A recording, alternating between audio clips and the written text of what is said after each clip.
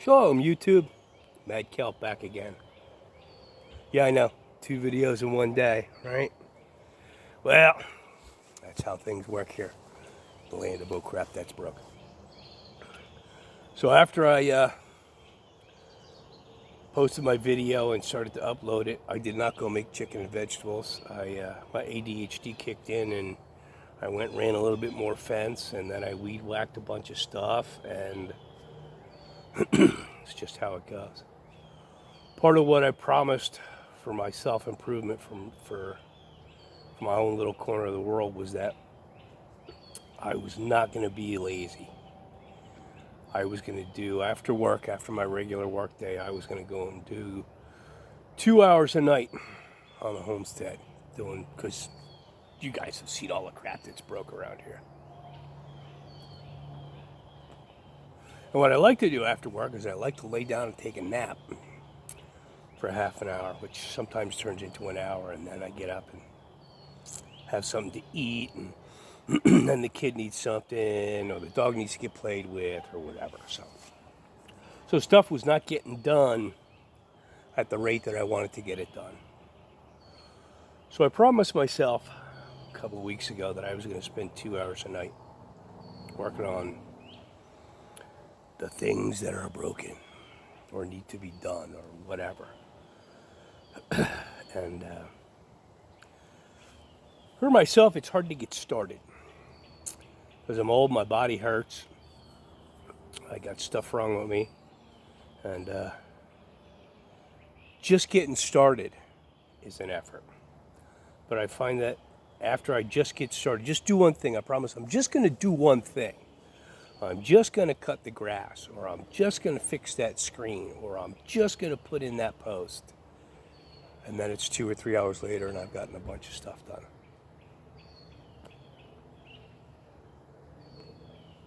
And I'm probably not unique at that, but that's how my brain works. I am as I like to tell she who must not be filmed, I am the original ADHD poster child. I am the guy who has 17 projects that are all 85% completed, and then squirrel, and I got to go start something else, or finish this, or it's just the way that it goes. And I'm old, my brain doesn't work. I did some significant damage to it back in my younger days, and great example is a couple of weeks ago I was doing something, and I found myself standing in the yard with my tape measure. No idea what it was I was supposed to measure. And I knew that the minute I got back into the lair, I would remember and have to come back out. And I stood in the yard for like 10 minutes to try and make myself remember what it is that I needed to measure when I was in the yard standing. No. Gave up. Walked back into the lair. As soon as I was inside, I remembered. Come back out. So, when you're old like us, you just sort of adapt, because that's how your brain works, and it's not going to change. It's not going to get any better.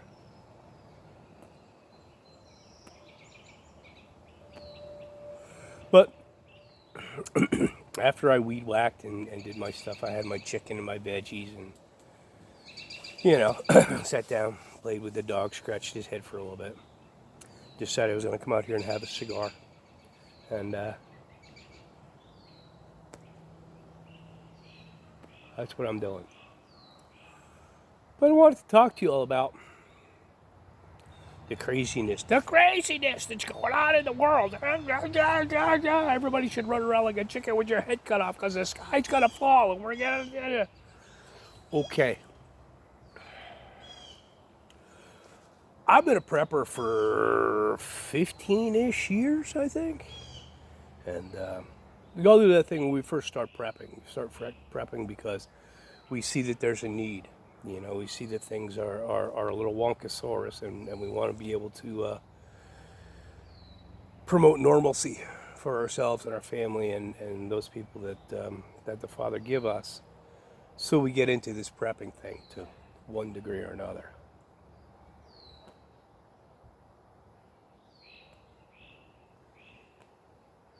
If you've been in prepping more than a handful of minutes, you know that there's a lot of doom. People talk a lot of doom. Partly because it's important. We need to know what's going on. You know, we need to be abreast of the craziness that's happening out there in the world so that we can be prepared. Because if we have no idea what's going on, you don't know what to prepare for. But you know, we can get caught up in that. And I've been prepping again for about 15 years. And every 3 months or so, the world is definitely going to end on Tuesday.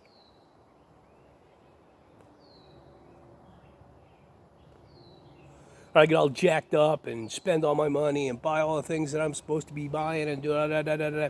Wednesday comes and the world does not end. Crap. I got to get out of bed and go to work again. So, like I said, been going on every 3 months or so for 15 years. So the last, I don't know, good bunch of years, I don't get worried about Tuesday. Because more than likely on Wednesday, I'm going to have to get up and go to work.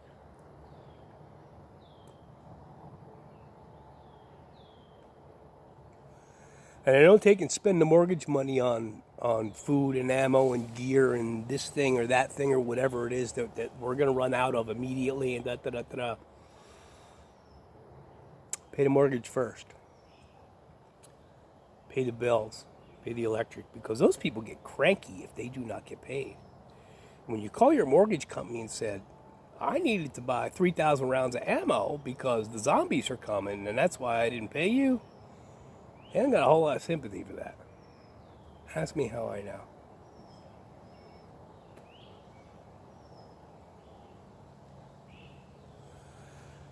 So life is a little wonkosaurus. We've got some political critters on both sides of the aisle screaming and yelling and wringing their hands, and both sides are saying that if you don't do what we tell you to do, then life is certainly, as we know it, is going to end immediately. So, you've got one side that says we need to resist everything, and we have the other side that says we need to resist everything, and you need to obey this, and you need to do that, and ba-ba-da-ba-da-ba-da-ba-da.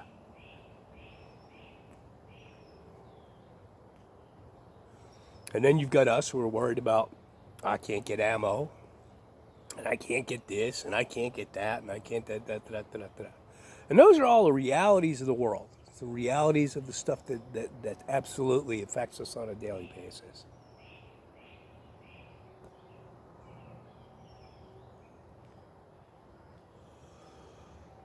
But for us, especially of those of us who are connected to the Father, the world probably isn't going to end next Tuesday. Matter of fact, I can pretty much guarantee you that Wednesday when I get up, I'm going to have to go to work. So, how do we keep our sanity in this environment of insanity?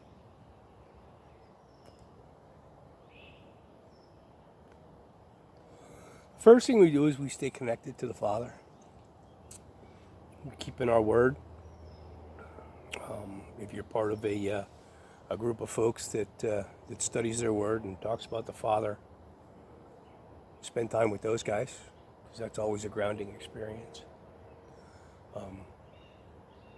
Spend times with those people who are like-minded. If you can't find them, you're not trying hard. And I know, gee, man, there's nobody by me. Okay. Nobody by me either. And I've been trying hard at this for a long time. My closest brother or my closest MAG member is half an hour away. We get together as often as is humanly possible, and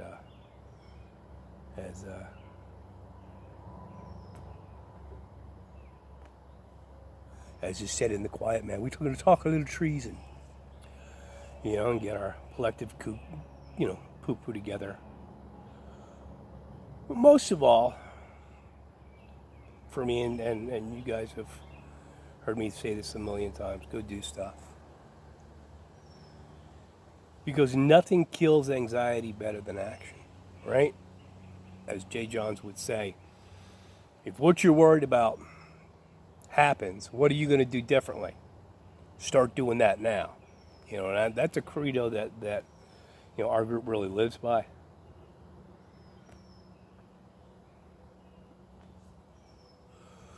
But I try pretty hard not to get spun up. And I do because I'm human and I'll get a little information overload and I'll get a little,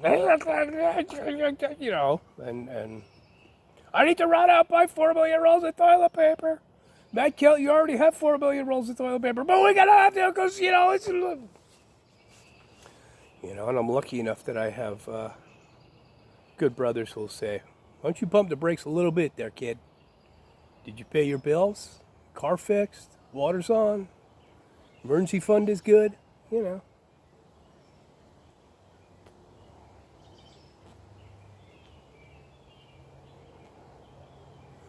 I guess what I'm trying to say is, let's keep from getting all spun up over every single piece of news that comes in. And every single shortage and every single thing that happened. It's just like, So we're here in Northeast Pennsylvania.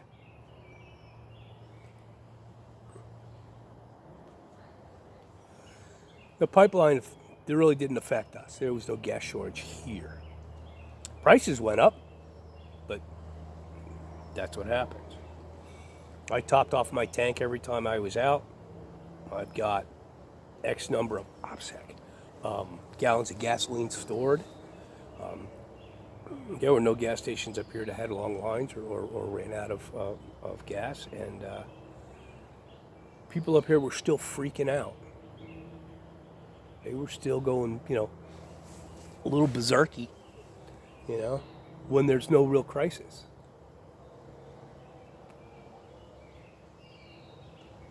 And it's one of my first thoughts when the crises happen is it a crisis for me? Is it a crisis in my house? Is the crisis at my door, on my street, in my neighborhood, in my town, in my county, in my state? Most of the time it's no, and most of the time it's no because, I could stay here in the land of, oh crap, that's broke, and not leave for a while, and make do and probably fix most of the stuff that needs to get fixed with just the stuff that I have hanging around.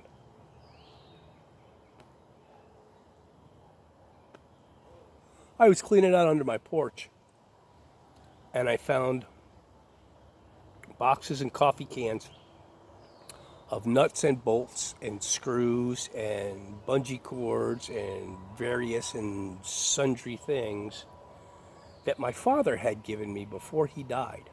That's 11 years ago. Half of that was stuff that his father had given him before he died. So hoarding runs in our family just a little bit. But you know what? I probably have just about everything that I need without having to go out and buy more stuff. But,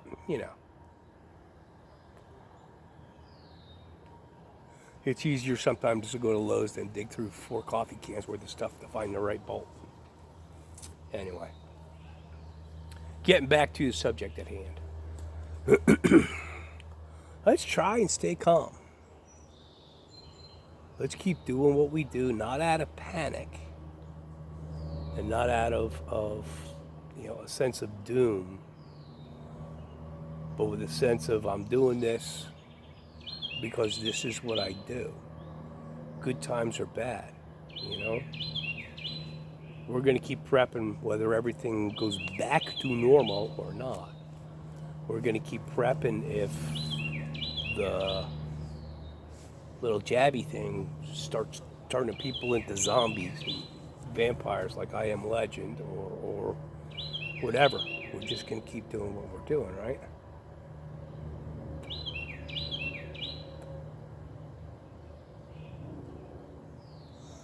But let's keep calm about it. Let's have a plan. I have a list of stuff that needs to get done on a weekly basis. Do one of those things, cross that off the list. I have a list of stuff that I'm going to buy on payday after my bills are paid and my emergency fund has been cushioned a little bit. And that's the money that I'll spend, and I won't spend any more of that. Despite how bad my heart races when I hear we're running out of, and there's going to be no more of, and the Great Reset is going to get rid of every animal on the planet. The only thing you'll have left to eat is soy nugs. Probably not here for a while. But I'm not going to go out and panic and buy 400 pounds of chicken. I'll buy the chicken that my budget allows me to go buy. Hopefully it's still there. If it's not, then, is what it is.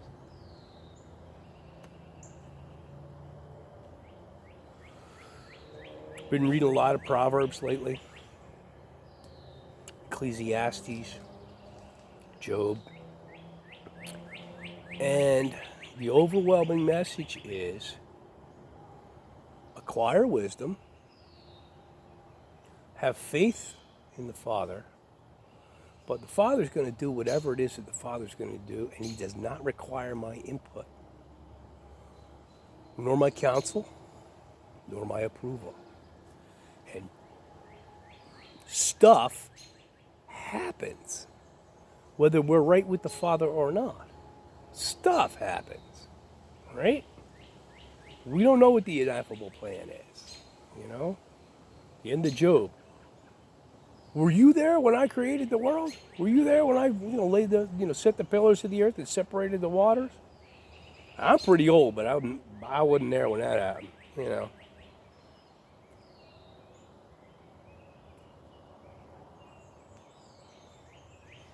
More than likely, guys and gals, next Tuesday we're going to go to work. Next Tuesday I'm going to have to pay my bills. Next Tuesday I'm going to have to take the kid to work. Next Tuesday I'm going to have to fix something here in the land of, oh crap, that's broke now. Next week I'll play with my kid in the treehouse. Next week he'll probably try and teach me how to play Call of Duty again. I don't know, I just doesn't, Next week I'll need to put gas in the car.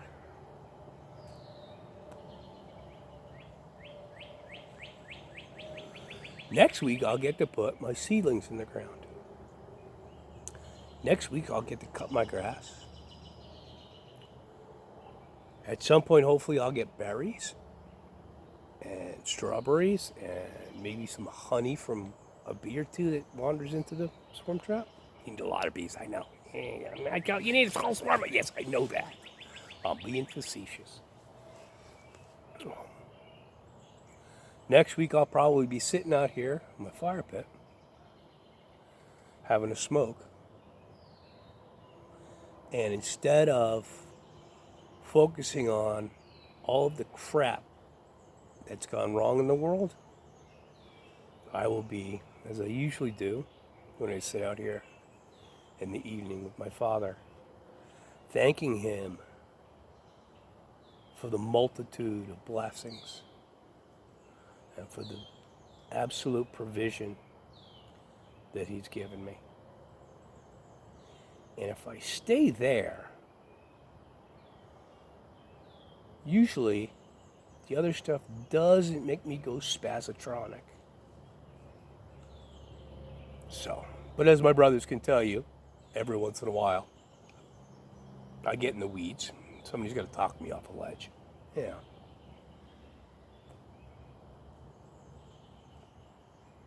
And a couple of days out, I'll have to talk somebody else off the ledge. That's how the cycle works. But anyway, enough yakking from this crazy old Irishman sitting out here smoking a cigar, enjoying the evening out here in my shirt sleeves. Whoop whoop. And waiting for the sun to go down, go inside, spend some time with my daughter, you know, then go read my word, put my head on my pillow, thank the Father for letting me be alive, thank Him for letting me be sober today, thank you for the provision and blessing that He's given me, the protection, the love, the companions,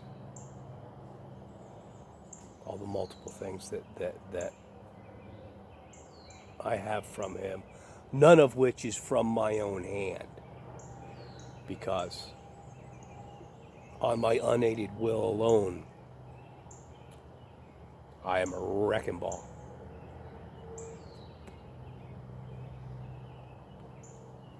So anyway, that's enough out of me. Take care, YouTube. Go do something. Shalom.